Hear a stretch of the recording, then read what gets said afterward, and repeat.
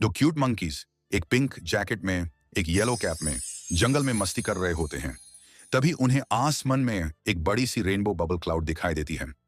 वो नीचे आती है और दोनों मंकीज को अपने अंदर खींचकर एक बबल क्लाउड किंगडम में ले जाती है। दोनों मंकीज यूज हंसाने की कोशिश करते हैं। पिंक जैकेट वाला फनी फेसेस बनाता है और येलो कैप वाला एक गिगल बबल उसके पास फूंक देता है। ग्रे क्लाउड जोर से हंस पड़ता है।